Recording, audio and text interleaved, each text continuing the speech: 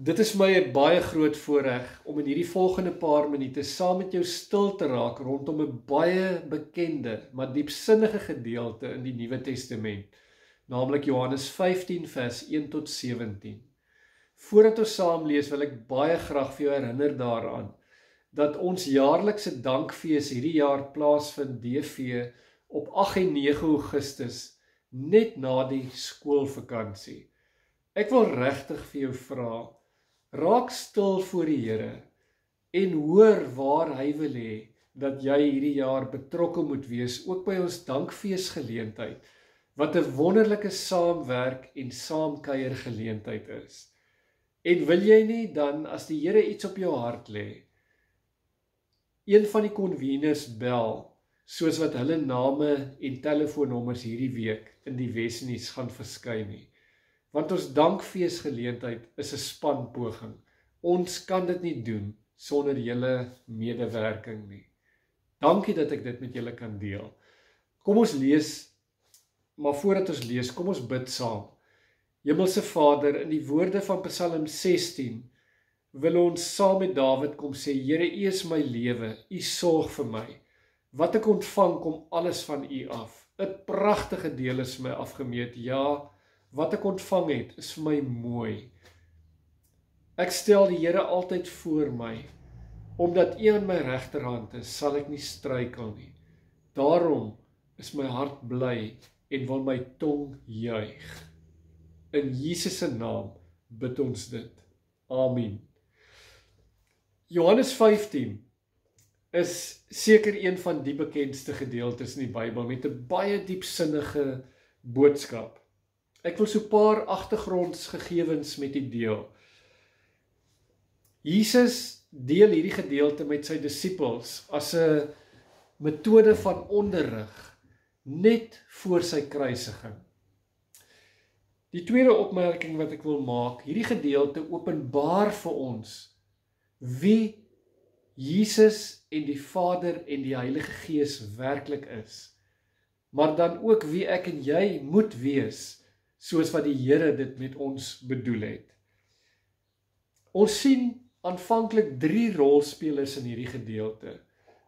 In vers 1 sê Jesus, ek is die ware wingerdstok. Hy is die rolspeler. En my Vader as 'n volgende rolspeler is die boer. En dan vers 2, ek en jy is rolspelers. Ons is die lote. Elke loot aan my wat nie vrugte dra nie, sny hy af. Maar elkeen wat vrugte dra, snoei hy reg, sodat dit nog meer vrugte kan dra. En dan die 4de rolspeler, wat op die agtergrond werk, maar 'n kardinale rol het, om die mense te word wat Jesus wil hê ons moet wees, is die Heilige Gees. Kom ons gaan kyk na Jesus as een van die rolspelers. In vers 1 sê hy, ek is die ware wingerdstok. Wat bedoel Jesus hiermee? Soos wat 'n wingerdstok wesenlik belangrik is, om lewe en oorvloed te gee aan die lote wat uit hom groei. So sê Jesus met hierdie gedeelte, ek is die enigste ware lewensbron. En ons weet dat die Satan glad nie rus nie. Daarom kom hy met allerhande leuns na ons kant toe en kom gooi 'n klomp ander moontlike lewensbronne voor ons oop, soos geld, soos liefde, romanse. Hy kom sê vir ons dat status en ons prestasies wesenlike bronne in ons lewe is. En ons kan maar gaan kyk hoeveel tyd spandeer ons aan hierdie goed. Jesus wil vir ons kom sê, sonder my, die ware wingerdstok, is elke ander bron leeg. Jesus as die enigste ware lewensbron, plaas egter al die ander lewensbronne vir ons in perspektief. Maar Jesus as die ware wingerdstok het gekom om groeikrag vir jou en vir my in ons verhouding met hom te gee, om vrugte te gee, dat ek en jy sal vrug dra. Hy het gekom om vir ons die ware lewe, die ewige lewe te gee en om vir ons te help om nou reeds in oorvloed te lewe, soos wat Johannes 7 sê, as jy dors het, kom na my toe, en strome van lewende water sal uit jou binneste vloei, en hiermee het Jesus na die Heilige Gees verwys. Jesus kom sê vir ons, ek wil die absolute middelpunt van Oudtshoorn Wes se gemeente wees, en ek wil die middelpunt van jou lewe wees. En dis nie vir my nodig om vir jou te sê, kyk maar wat gebeur wanneer ons eie koninkrykies bou, in watter rigting gaan 'n gemeente dan? Wanneer dit gaan oor ek, my en myself, en nie meer oor Christus as die bron van lewe nie. En dit bring my by die volgende rolspeler. As Johannes 15 vers 1b sê, my Vader is die boer. Elke loot aan my wat nie vrugte dra nie, sny hy af. Maar elkeen wat vrugte dra, snoei hy reg, sodat dit nog meer vrugte kan dra. Dit sê vir my God, die Vader, is 'n verhoudingsgod. Hy staan in die eerste plek in 'n verhouding met die drie-eenheid self, met homself, met hom as Vader, met sy seun Jesus en met ons leidsman, die Heilige Gees. Maar hy staan ook in verhouding met sy skepping, wat hy onderhou en versorg. En dan staan hy in verhouding met die kroon van sy skepping, met die mens, met my en jou. En die beeld wat hy hier gebruik in vers 2 is dat God die Vader, dat hy snoei in hierdie wingerd van hom. Hy snoei vir my en vir jou deur die werking van die Heilige Gees om werklik die mense te wees wat hy wil hê ons moet wees. Vers 2: elke loot aan my wat nie vrugte dra nie, sny ek af. Maar elkeen wat vrugte dra, snoei ek reg, sodat dit nog meer vrugte kan dra. Enige wingerdboer weet, na die seisoentyd, stuur hy sy arbeiders in om te gaan snoei, om te gaan afsnoei, dooie lote wat nie die vorige seisoen vrug gedra het nie, maar om te gaan regsnoei, die goeie lote, sodat hulle in die nuwe seisoen nog meer vrug kan dra. En hierdie snoeiproses is eintlik 'n pynlike proses. Ons praat in die wingerdtaal daarvan dat die wingerd huil. Daar kom water uit by die punt waar die snoeisker gebruik is. En dit lyk nie altyd vir ons na 'n saak om oor opgewonde te wees wanneer die Heilige Gees in my en jou lewens snoeiwerk kom doen nie. Want partykeer is dit baie seer en huil ons. Maar die Here God weet wie, hoe en waarom te snoei, sodat ek en jy volgende seisoen nog meer vrugte kan dra. Ja, hy snoei ons, sodat ons meer en meer gelykvormig word aan die beeld van die wingerdstok van Jesus, ons verlosser. En dit bring my by die volgende rolspeler, en dit is ek en jy, die lote. En dan sê vers 4, baie mooi vir ons op 'n baie besondere manier. 'n Loot kan nie uit sy eie vrugte dra as hy nie aan die wingerdstok bly nie. En so julle ook nie, as julle nie in my bly nie. Ek is die wingerdstok en julle is die lote. Wie in my bly en ek in hom, dra baie vrugte. Ek wil vir jou 'n kort storie vertel van 'n boer wat 'n boord vrugtebome gehad het, en in daardie boord was 'n baie spesifieke vrugteboom wat se blare altyd groen was en wat se vrugte altyd in oorvloed beskikbaar was. En op 'n dag het een van die takke in daardie boom besluit, ek wil op my eie gaan. En hy het homself van die boom verwyder en op die grond gaan lê. Op 'n dag kom die boer by daardie boom en sien hoe dat hierdie tak verdroog, en hoe dat daar al hoe minder blare aan die tak is, en dat hy geen vrugte meer oplewer nie. En dit is presies wat gebeur, wanneer ek nie meer kontak met die wingerdstok, met Jesus het nie. Dan verdroog ek stelselmatig, en raak ek al hoe verder van hom verwyderd, in so 'n mate, dat ek geen vrugte meer dra nie. En die kernvraag waaroor dit vir my hier gaan, is die vraag, hoekom is ek en jy hier? Hoekom is ons op aarde? Wat is die sin van ons hier wees? Miskien gaan jy vandag deur 'n bitter moeilike tyd en het jy nie 'n klou wat die sin is van al hierdie swaar kry in my lewe nie. Johannes 15 sê vir ons baie duidelik. Ek en jy as lote het net een sin in die lewe en dit is om vrug te dra. Romeine 8 vers 29 sê dat ons hemelse Vader ons verkies het en bestem het om meer en meer aan die beeld van sy seun Jesus, die ware wingerdstok, gelykvormig te raak.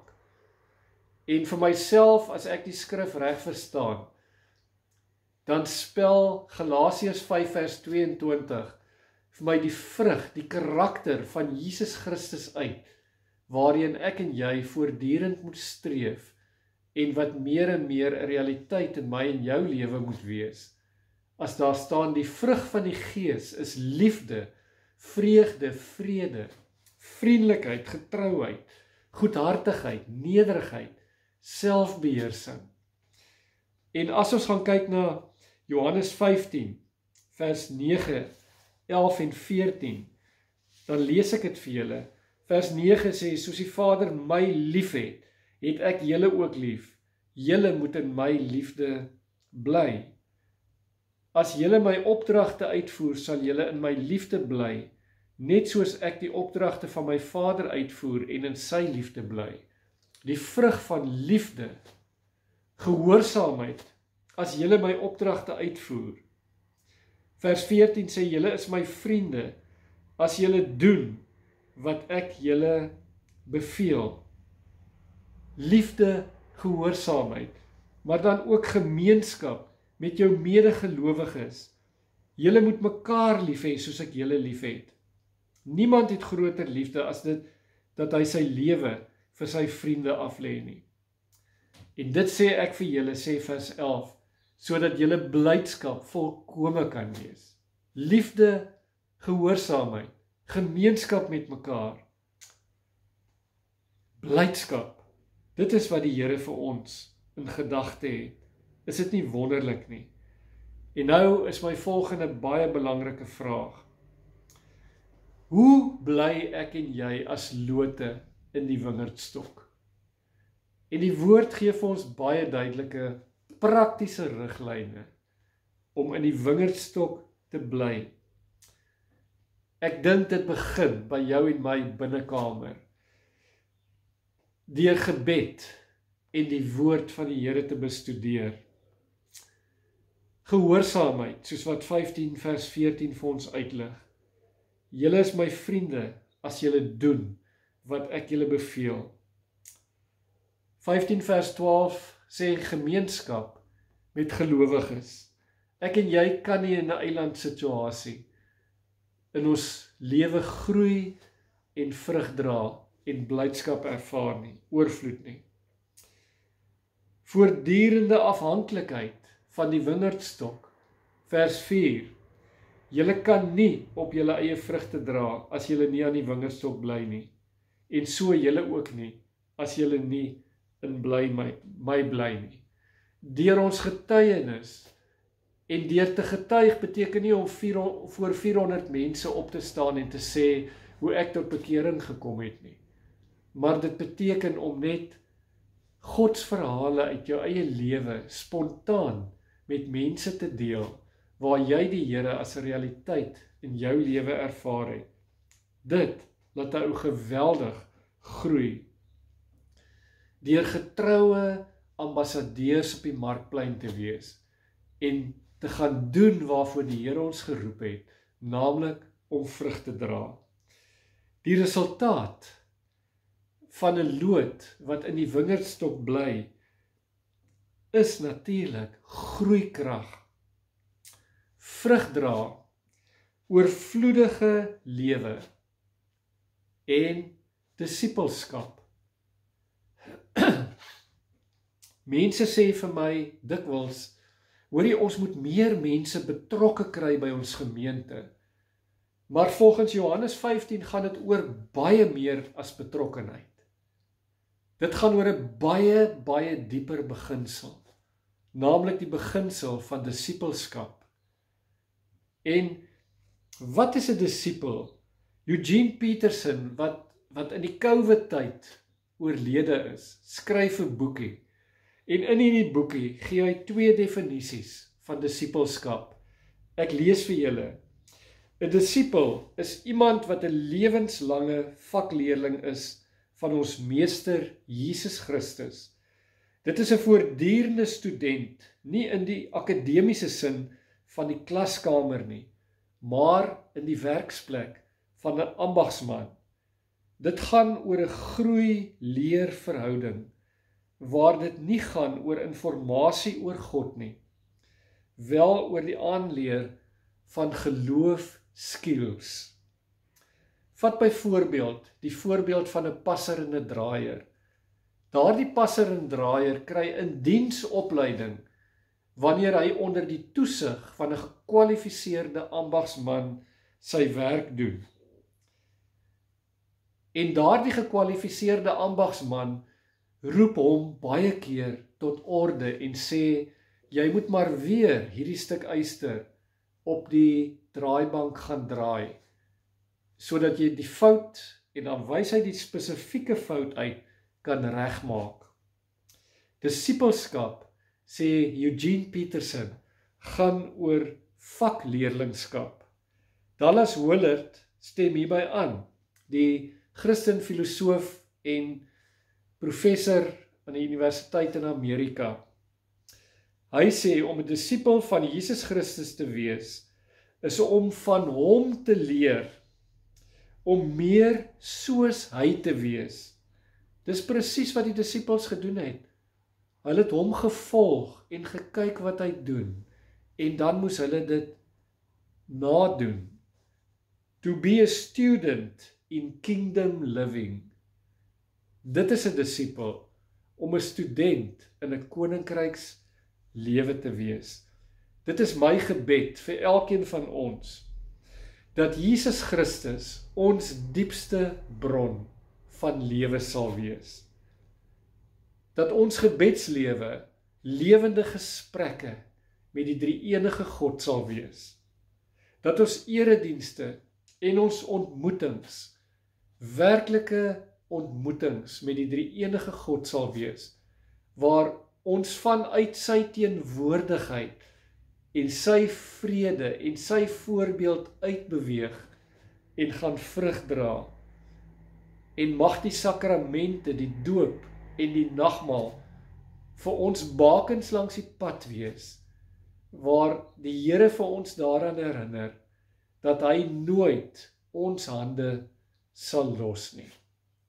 Mag ek en jy die sin van die lewe ontdek, juis daarin, deur vrug te dra. Amen.